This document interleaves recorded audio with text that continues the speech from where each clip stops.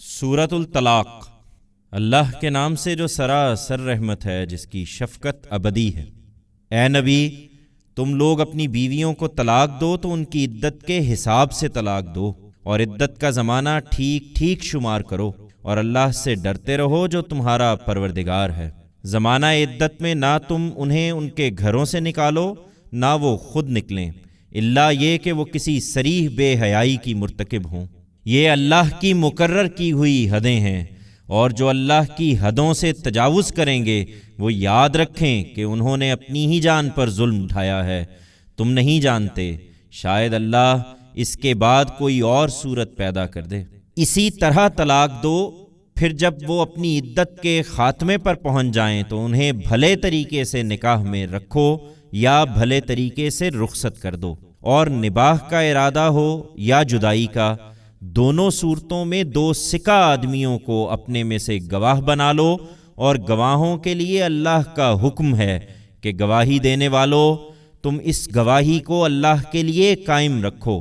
یہ بات ہے جس کی نصیحت تم میں سے ان لوگوں کو کی جاتی ہے جو اللہ پر اور قیامت کے دن پر ایمان رکھتے ہیں، اور جو لوگ اللہ سے ڈریں گے انہیں کوئی مشکل پیش آئی تو اللہ ان کے لیے نکلنے کا راستہ پیدا کرے گا، اور انہیں وہاں سے رزق دے گا جدھر ان کا گمان بھی نہ جاتا ہو، اور جو اللہ پر بھروسہ کریں گے وہ ان کی دستگیری کے لیے کافی ہے۔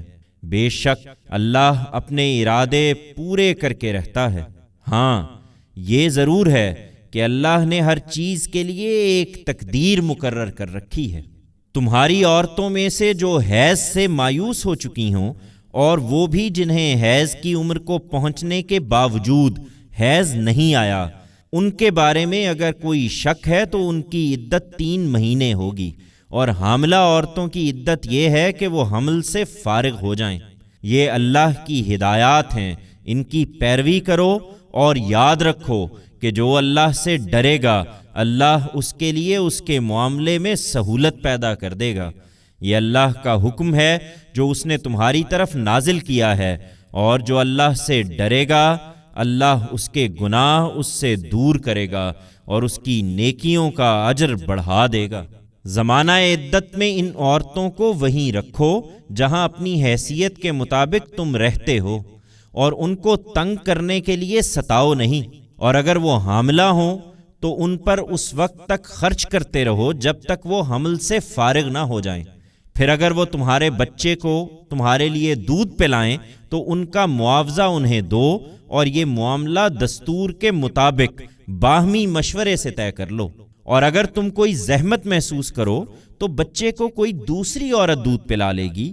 تم میں سے جو خوشحال ہو وہ اپنی حیثیت کے مطابق خرچ کرے، اور جس کو نپا تلا ہی ملا ہے وہ اسی میں سے خرچ کرے جو اللہ نے اسے دیا ہے۔